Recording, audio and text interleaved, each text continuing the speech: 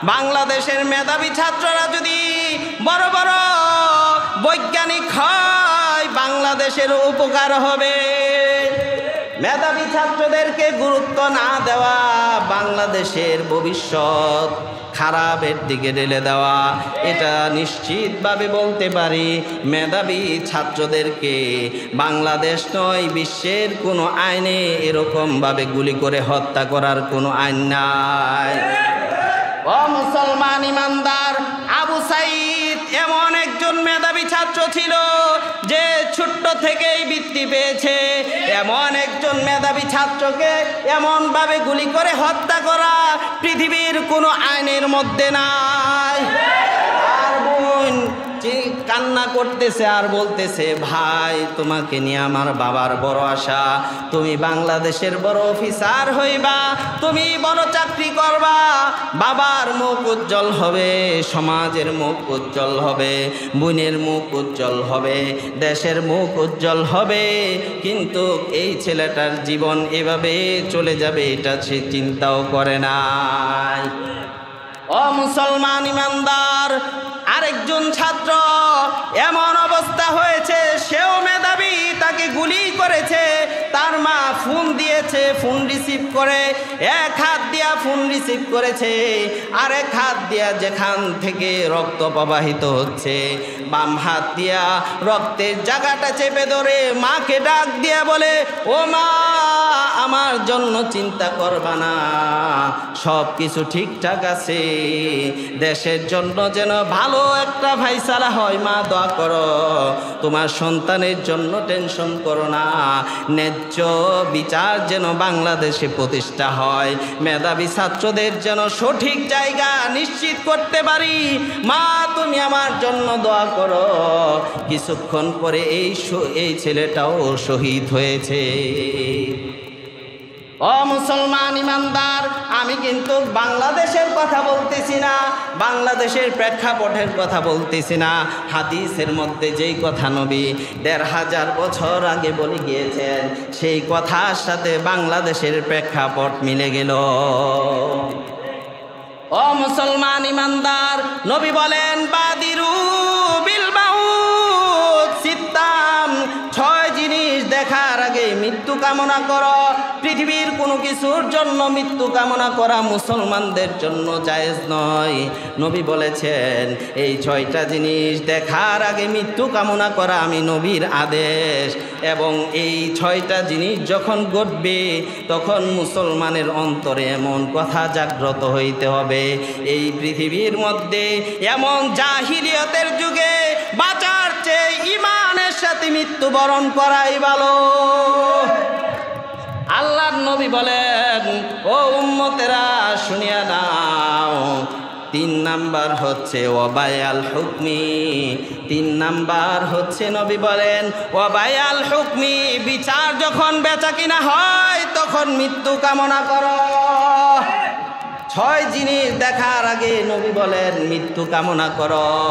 নবী বলেন ৩ নাম্বার হচ্ছে ওয়াবায়াল হুকমি, যখন বিচার বেচা কিনা হয় তখন মৃত্যু কামনা করো। আমাদের দেশে বিচার বেচা কিনা হয় কি হয় না? আরো জোরে বলেন, হয় কি হয় না? আদালতে গিয়া দেখেন বিচার ৫ লাখ টাকায় বিচার বিক্রি হয়ে যায়। আদালতে গিয়া দেখেন ১০ লাখ টাকায় বিচার বিক্রি হয়। ও মুসলমান ইমানদার, নবীর কথা সত্য। নবী বলেন ওয়াবায়াল হুকমি, বিচার যখন বেচা কিনা হবে তখন তোমরা মৃত্যু কামনা করো আর আল্লাহকে বলো, আল্লাহ ঈমানের সাথে মৃত্যু দান করো। নবী বলেন ৩ নাম্বার হচ্ছে বিচার যখন বেচা কিনা হয়। আমাদের দেশে অনেক মানুষ হত্যা করেও জেলখানায় যাইতে হয় না, আদালতে যাইতে হয় না, নির্দ্বিধায় ঘুরে বেড়াচ্ছে, আছে না নাই?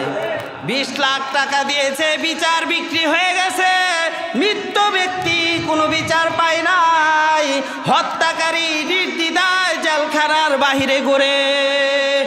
ও ও মুসলমান ইমানদার, নবী ডাক দিয়া বলেন, উম্মতেরা 6 জিনিস দেখার আগে মৃত্যু কামনা করো। 3 নাম্বার হচ্ছে যখন বিচার বেচাকেনা হবে। বাংলার জমিনে অনেক সময় এমন দেখা যায় বিচার বিক্রি হয়ে নির্দোষ মানুষ ফাঁসির আসামি হয়ে যায়, আবার দোষী মানুষ জেলখানার বাহিরে নির্দ্বিধায় ঘুরে ফিরে বেড়াচ্ছে, তার কোনো সমস্যা হয় না। নির্দোষ মানুষগুলি জেলখানার ভিতরে আসে না নাই।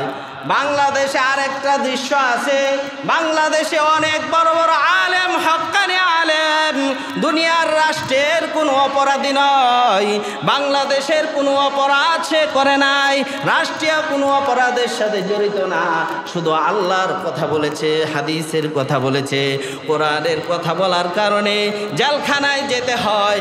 আর চোর, বদমাশ, বাটপার, হত্যাকারী, চিটার বাটপাররা জেলখানায় যায় না, জেলখানার বাহিরে থাকে।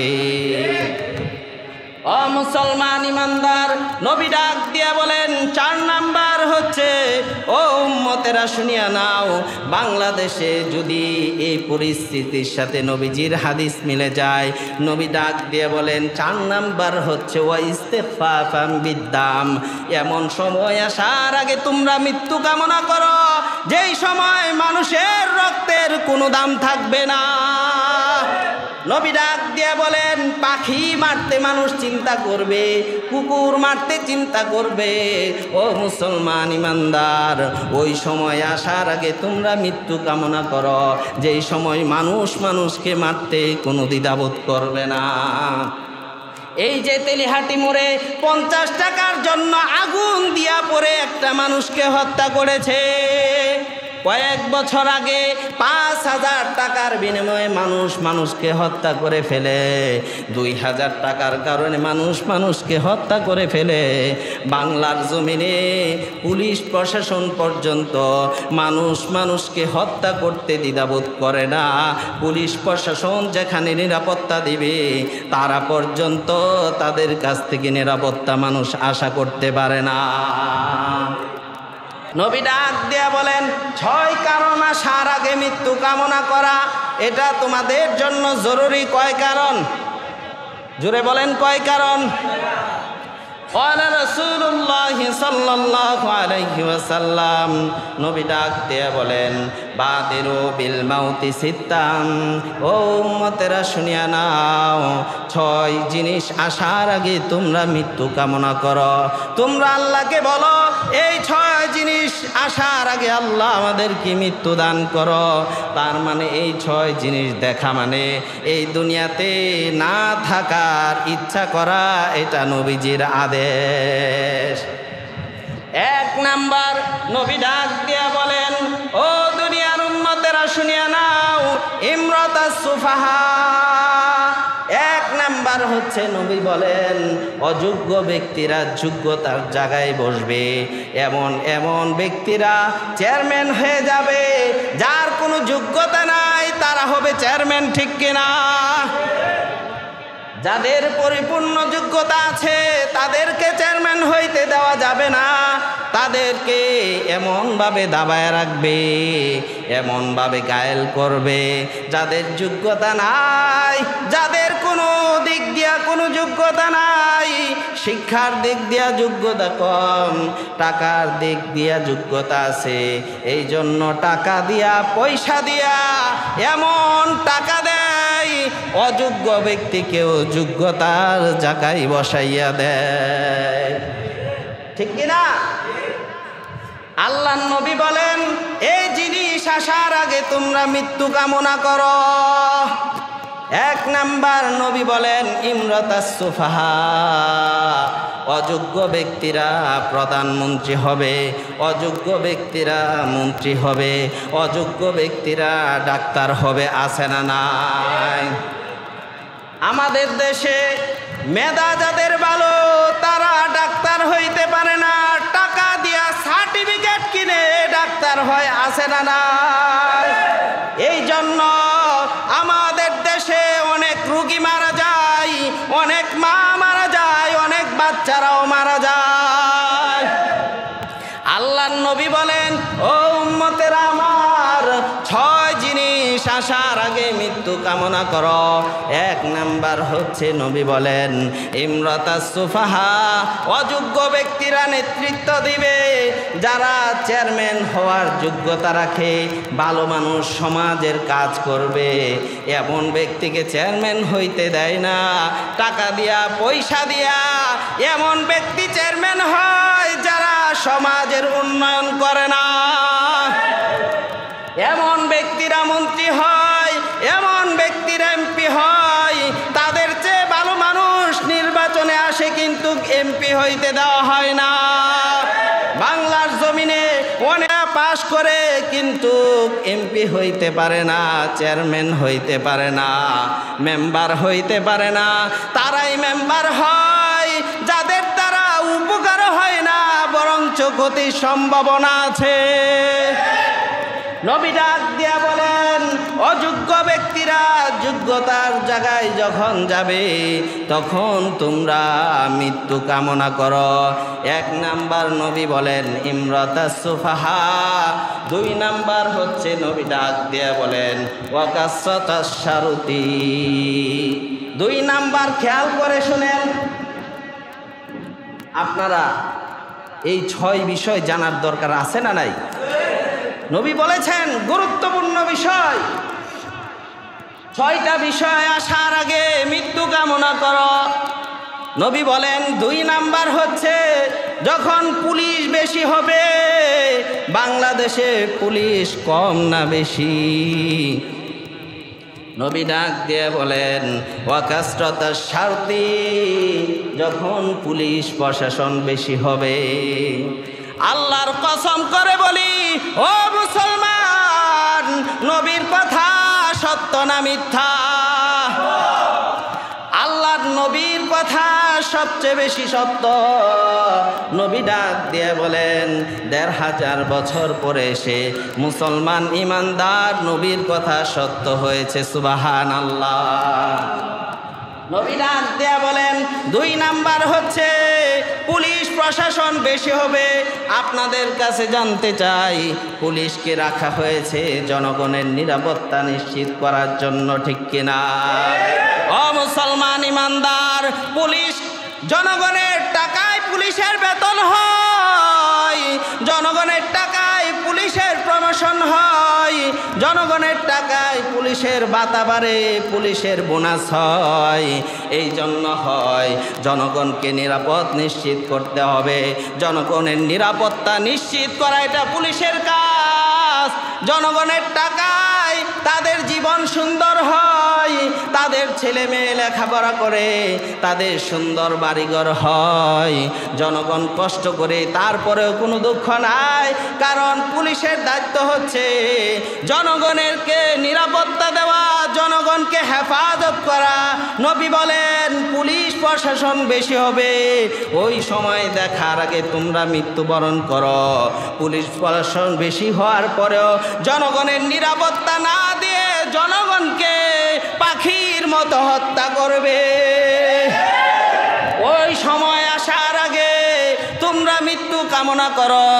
নবী ডাক দিয়ে বলেন পুলিশ প্রশাসন যখন বেশি হবে, জনগণকে নিরাপত্তা দেওয়ার কথা, জনগণকে হেফাজতে রাখার কথা। যখন দেখবা পুলিশ প্রশাসন বেশি হয়েছে, জনগণকে নিরাপত্তা না দিয়া জনগণকে নিরাপত্তাহীনতায় ভুগতে হয়। বরঞ্চ পুলিশ প্রশাসন জনগণকে হেফাজত করবে দূরের কথা, জনগণ চিন্তা করে পুলিশ গুলি করতে পারে, আমার জীবন যাইতে পারে। আমি দুঃখের সাথে বলতে চাই, পৃথিবীর কোনো আইনের মধ্যে নাই, কোনো লয়ারের মধ্যে নাই, পৃথিবীর কোনো আইনে নাই কোনো ছাত্রকে কোনো অন্যায় ছাড়া তাদের ন্যায্য অধিকার দাবি করার পরেও কোনো মেধাবী ছাত্রকে গুলি করে হত্যা করার কোনো আইন পৃথিবীর মধ্যে নাই। ও মুসলমান ইমানদার, নবীর কথা সত্য। নবী ডাক দিয়া বলেন ওই সময় দেখার আগে তোমরা মৃত্যু কামনা করো, যখন পুলিশের হাতে জনগণের কোনো নিরাপত্তা থাকবে না। পুলিশ বেশি হবে কিন্তু নিরাপত্তা কম হবে। নবী ডাক দিয়া বলেন ওয়াকাসরাতাস শুরাতি, ও উম্মতের আমার শুনিয়া নাও, নবীর কথাই সত্য। কিয়ামতের আগ পর্যন্ত কোরআন মিলবে, হাদিস মিলবে, যুগের সাথে মিলবে, যুগের প্রশাসনের সাথে কথা বলবে, পুলিশের সাথে মিলবে, সরকারের সাথে মিলবে, সব যুগের সাথে কোরআন হাদিস মিলে যাবে। আল্লাহর নবী ডাক দিয়ে বলেন, ওই সময় দেখার আগে তোমরা বাদিরু বিল মাউত সিত্তান, 6 জিনিস দেখার আগে তোমরা মৃত্যু কামনা করো, কারণ এই সময় থাকার চেয়ে মরা ভালো, ঠিক কিনা? ও মুসলমান ইমানদার, কষ্ট লাগে, দুঃখের সাথে বলতে হয়, বাংলাদেশের ভালো মেধাবী ছাত্র যদি ডাক্তার না হয়, রুগীরা এমনিতেই মারা যাবে চিকিৎসার অভাবে। যদি ভালো মেধাবী ছাত্ররা ইঞ্জিনিয়ার না হয়, বাংলাদেশের ব্রিজ কালভার্টগুলি অটোমেটিক কয়েক বছর পরে ভেঙ্গে পড়বে। ও মুসলমান ইমানদার, যদি মেধাবী ছাত্ররা ইঞ্জিনিয়ার না হয়, তাহলে বিল্ডিংগুলি নিরাপদ থাকবে না। ও মুসলমান ইমানদার, আল্লাহর নবী বলেছেন, উম্মতেরা শুনিয়া নাও, মেধাবী ছাত্র যদি আলেম হয়, এই আলেমের দ্বারা দুনিয়াও বাঁচবে, আখেরাতও বাঁচবে, ঠিক কিনা? ভালো আলেমের কাছে ফতোয়া নিবেন, কারণ নরমাল আলেমের কাছে ফতোয়া নিলে আপনার ঈমানও চলে যাবে, আখেরাতও নষ্ট হবে, দুনিয়াও নষ্ট হবে। কারণ কি না জানার কারণে নিমিমিল্লা মুল্লা খাতরা ইমানাস, অল্প লেখাপড়া করেছে, মনে করেন হাফেজ হয়েছে বা অল্প কিছু পড়াশোনা করেছে, আলেম হয় নাই, ওই ব্যক্তির কাছে ফতোয়া দিলে, ফতোয়া যদি নেন, এমন ফতোয়া দিবে আপনি যেটা সঠিক সেটাকে বেঠিক করে দিবে। ঠিক তদ্রূপভাবে মেধাবী ছাত্ররা যদি বাংলাদেশের ডাক্তার হয়, সঠিক চিকিৎসা পাবে। বাংলাদেশের মেধাবী ছাত্ররা যদি ইঞ্জিনিয়ার হয়, কালভার্ট ভেঙে যাবে না।